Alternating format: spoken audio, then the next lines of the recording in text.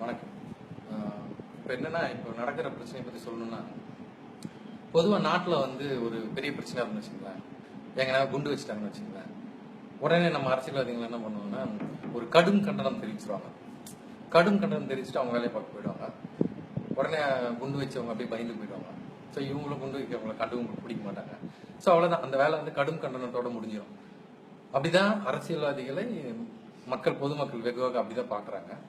அதே மாதிரி தான் அரசியல்வாதிகளும் பெரியவர்களும் வந்து இளைஞர்கள் எப்படி பார்க்குறாங்கன்னா, எவ்வளோ பெரிய பிரச்சனையானாலும் உடனடியாக ஃபேஸ்புக்கில் ஒரு போஸ்ட் போட்டுருவாங்க.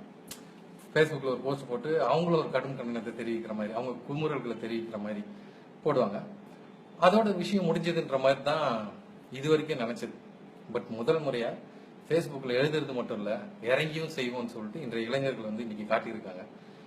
ஒட்டுமொத்த இந்தியாவுக்கே காட்டியிருக்காங்க. தமிழர்கள் வந்து இனத்தால், அதாவது ஜாதி மதம் இப்படிலாம் பிரிஞ்சு இல்லை, நாங்க வந்து ஒரு பிரச்சனைனா ஒன்று சேருவோன்றத ஒட்டுமொத்த இந்தியாவுக்கும் உறக்க சொல்லியிருக்காங்க. அதே மாதிரி வந்து பெண்கள், கல்லூரி மாணவிகள்லாம் வந்து அவங்களுக்கு சமுதாய அக்கறைலாம் இல்லை, அவங்க எந்த இறங்கி செய்ய மாட்டாங்க அப்படின்ற மாயெல்லாம் உடைச்சி எரிஞ்சிருக்காங்க. இன்னைக்கு மெரினா பீச்சில் பார்க்குறோம், அவ்வளவு மாணவிகள், அவ்வளவு மாணவர்கள், ஒட்டுமொத்த தமிழ்நாட்டையும் ஒன்றிணைத்திருக்கிறது இந்த விஷயம். என்னன்னா, இன்னொரு ஒரு வழக்கமான ஒரு ஒரு அசம்ஷன் என்னன்னா, இப்போ மெட்ராஸ்க்கு ஒரு பிரச்சனைனா மற்ற டிஸ்ட்ரிக்ட்ல இருக்கிறவங்களா வருவாங்க, ஆனா மற்ற டிஸ்ட்ரிக்ட்ல ஒரு பிரச்சனை மெட்ராஸ்காரங்க வரமாட்டாங்கன்றது இருந்தது. பட் அப்படி எதுவுமே கிடையாது.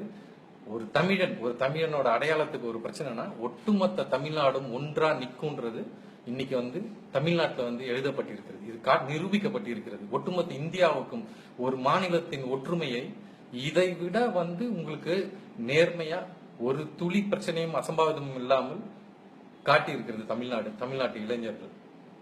எங்கள் பெண்களை எப்படி பார்த்துக்கணும்னு எங்களுக்கு தெரியும், அதையும் வந்து நாங்க காட்டியிருக்கோம். என்னன்னா, ஒரு 8 வருஷம் முன்னாடி கடற்கரைக்கு அப்பால், இன்னைக்கு மெரினா பீச்சில் கூடியிருக்க இந்த கூட்டம், இந்த கடற்கரைக்கு அப்பால் தமிழ் இனம் அழிக்கப்பட்டது. அன்னைக்கும் வந்து மக்கள் வெகுண்டு எழுந்தாங்க, இளைஞர்கள் வெகுண்டு எழுந்தாங்க. அன்னைக்கு கோபம் இருந்தது, அன்னைக்கும் போராட்டங்கள் இருந்தது. ஆனா அந்த கோபங்களும் போராட்டங்களும் சாதுரியமாக நசுக்கப்பட்டது.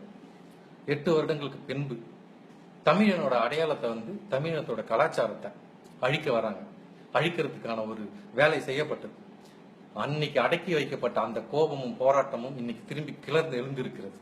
அந்த சப்ரஸ்டு ஆங்கர் தான் இது. என்னன்னா, சட்டங்கள் வந்து மனித வாழ்க்கையை செம்மைப்படுத்த, மனித வாழ்க்கையை மேம்படுத்த, மனித வாழ்க்கையை பாதுகாக்க, அதுக்கு தான் சட்டம். அந்த சட்டம் வந்து சொல்லக்கூடாது, இது வந்து செய், ஐ மீன் உன்னோட இந்த கலாச்சாரம் சரியில்லை, உன்னோட இந்த பண்பாடு சரியில்லை, அதெல்லாம் சட்டம் சொல்லக்கூடாது. என்னுடைய கலாச்சாரம் எனது உரிமை. உலகத்தின் மிக தொன்மையான ஒரு இனம் தமிழினம்.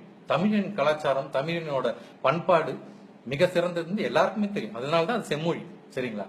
அதை வந்து நீங்க தடுக்காதீங்க. ஏதோ ஒரு வெளிநாட்டு அமைப்பு நீ சொல்லி தராத எனக்கு, என்னோட கலாச்சாரம் சரியா இல்லையா, இதெல்லாம் நீ சொல்லி தராது, அது எங்களுக்கு தெரியும். மத்திய அரசு இந்த தமிழ்நாட்டு மக்களோட இந்த கோரிக்கையை செவி கொடுத்து மதித்து, மக்களின் உணர்வுகளை மதித்து விரைவில் ஒரு அவசர சட்டம் இயற்றி ஏறு தழுவல் நடக்கிறதுக்கு, ஜல்லிக்கட்டு நடக்கிறதுக்கு கண்டிப்பாக உதவி செய்யணும் அப்படின்றது தமிழ்நாட்டில் இருக்கிற எண்ணற்ற இளைஞர்களில் நானும் ஒருவனை என்னுடைய தாழ்மையான வேண்டுகோளை வைக்கிறேன். நன்றி.